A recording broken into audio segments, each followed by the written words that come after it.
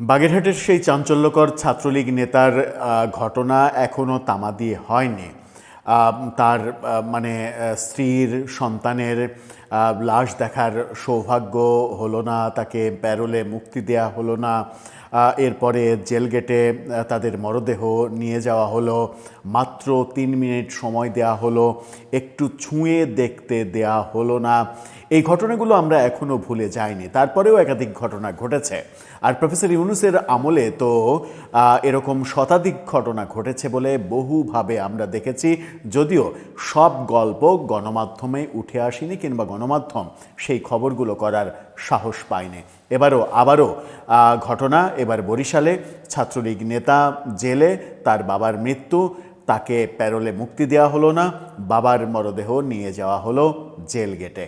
এই ঘটনা, মানবাধিকার লঙ্ঘনের এই ঘটনা এবং একজন আসামির যে প্রাপ্য অধিকার, সেই অধিকার বঞ্চিত করার এই ঘটনাগুলো আর কত দেখব আমরা?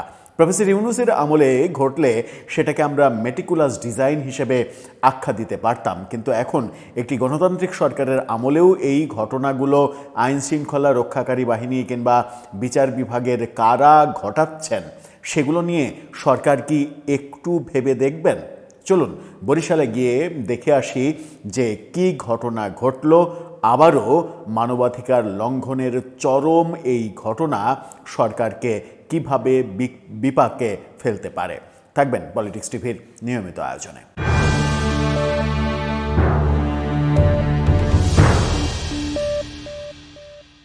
দর্শক, বলছিলাম আবারও ওই প্যারোলে মুক্তি না দেওয়ার ঘটনা, এবার বাবার মৃত্যু, বাবার মরদেহ জেল গেটে যাওয়া, এটা যেন বাংলাদেশের রাজনীতির একটা ইদানিংকার সময়ে একটা নিয়মিত ঘটনায় পরিণত হতে যাচ্ছে। এবারের ঘটনা বরিশালের।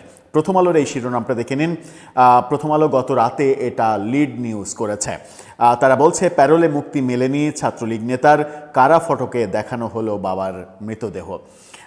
এই যদি হয় অবস্থা, তাহলে বুঝতে হবে কোনো না কোনো বড় সংকটের মধ্যে আমরা বাস করছি।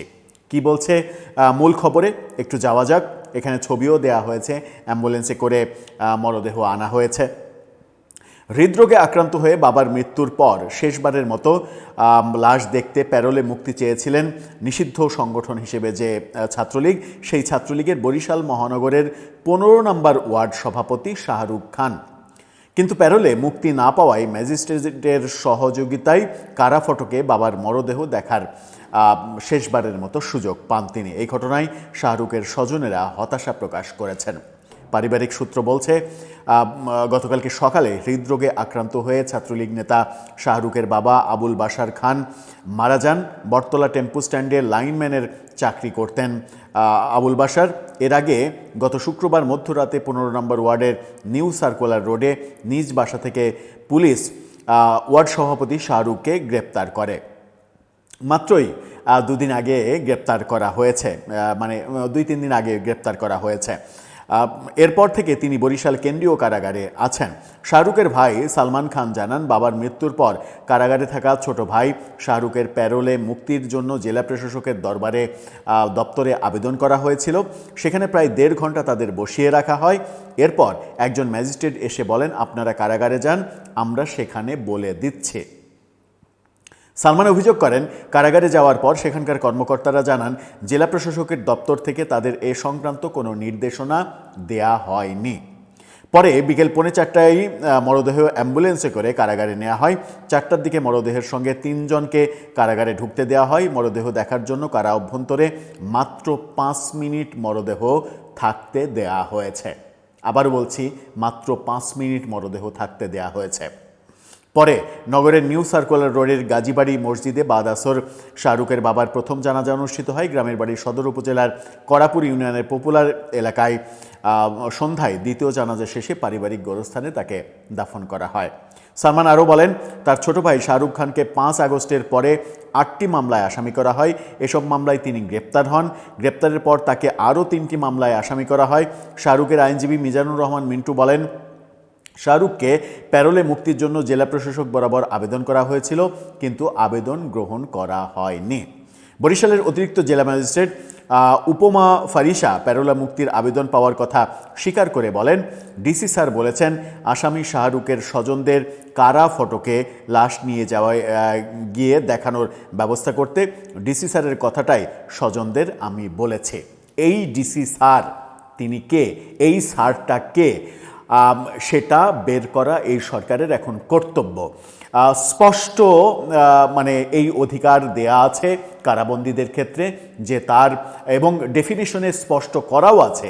সেই ডেফিনিশন এই সরকার মানে নতুন করে আরও সহজতর করেছে। সেই ডেফিনিশনে বলা হয়েছে যে একেবারে নিকট পারিবারিক আত্মীয়, যেমন বাবা, মা, ভাই, বোন, শ্বশুর, শাশুড়ি, এই সম্পর্কের ক্ষেত্রে অন্তত কমপক্ষে মিনিমাম এই সম্পর্কগুলোর ক্ষেত্রে প্যারোলে মুক্তি দেয়া হবে এবং এটা একজন বন্দির অধিকার। ডিসি তিনি কোনোভাবেই আইন লঙ্ঘন করতে পারেন না। এই ডিসি যে আইন লঙ্ঘন করলেন, এখন দেখতে হবে এই ডিসি কোন দল করেন। এই ডিসি প্রফেসর ইউনূসের নিয়োগ দেওয়া ডিসি কিনা, যিনি প্রফেসর ইউনূসের আমলে যে ঘটনাগুলো ঘটানো হয়েছে সেই একইভাবে তিনি তার প্রশাসনিক কর্মকাণ্ড চালাতে চাইছেন কিনা এবং তার মাধ্যমে নতুন নির্বাচিত গণতান্ত্রিক সরকারকে বিপদে ফেলতে চাইছেন কিনা, এটা খুঁজে বের করতে হবে। কারণ প্রফেসর ইউনূসের আমলে যেভাবে দেশকে পরিচালনা করা হয়েছে সেভাবে একটি দেশ চলতে পারে না, সেটার অবসান ঘটাতেই হবে। অবসান ঘটাতে না পারলে বর্তমান সরকার চরম প্রশ্নের মুখে পড়বে এবং চরম সংকটের মধ্য দিয়ে তাদেরকে দিন অতিবাহিত করতে হবে। এই যে মানবাধিকার লঙ্ঘনের স্পষ্ট পদক্ষেপ, যেটা এডিসি স্বীকার করে নিয়েছেন, যে ডিসি স্যার তাকে বলেছে কারা ফটকে মরদেহ নিয়ে গিয়ে দেখাতে এবং সেখানে 5 মিনিটের বেশি 1 সেকেন্ডও সময় দেওয়া হয়নি। এই অমানবিক কর্মকাণ্ডের জন্য অবশ্যই এই ডিসিকে জবাবদিহির আওতায় আনতে হবে এবং কারা ফটকে কেন মাত্র 5 মিনিট সময় দেয়া হলো তার জন্য ওই জেলারকে প্রশ্নের মুখে আনতে হবে, জবাবদিহিতার মধ্যে আনতে হবে যে এরকম অমানবিকভাবে একটা দেশ তারা চালাতে চায় কিনা। সরকার যদি এই ঘটনার ভেতরের ঘটনা তদন্ত করে না দেখে তাহলে বুঝতে হবে সরকারেরও এখানে সাঁই রয়েছে। আর সরকারের যদি এই ঘটনায় সাঁই থাকে তাহলে ঘটনাটা চলে যাবে রাজনৈতিক ঘটনায় পরিণত হবে। আর রাজনৈতিক ঘটনায় যদি এটা পরিণত হয় তাহলে ইতিহাস বলছে প্রতিশোধ খুব খারাপ জিনিস। রাজনীতিতে যদি প্রতিশোধ ঢুকে পড়ে তাহলে এর ধারাবাহিকতা ভবিষ্যতেও দেখতে পাবো, তখন আরও বেশি খারাপ অবস্থার দিকে দেশ চলে যাবে। দর্শক, আপনার মতামত কি এ ব্যাপারে? এই ডিসিকে অবশ্যই মানে জবাবদিহিতার আওতায় আনা উচিত কিংবা তাকে তার দায়িত্ব থেকে সরিয়ে দেওয়া উচিত এই ধরনের একটা বড় অমানবিক ঘটনার জন্য?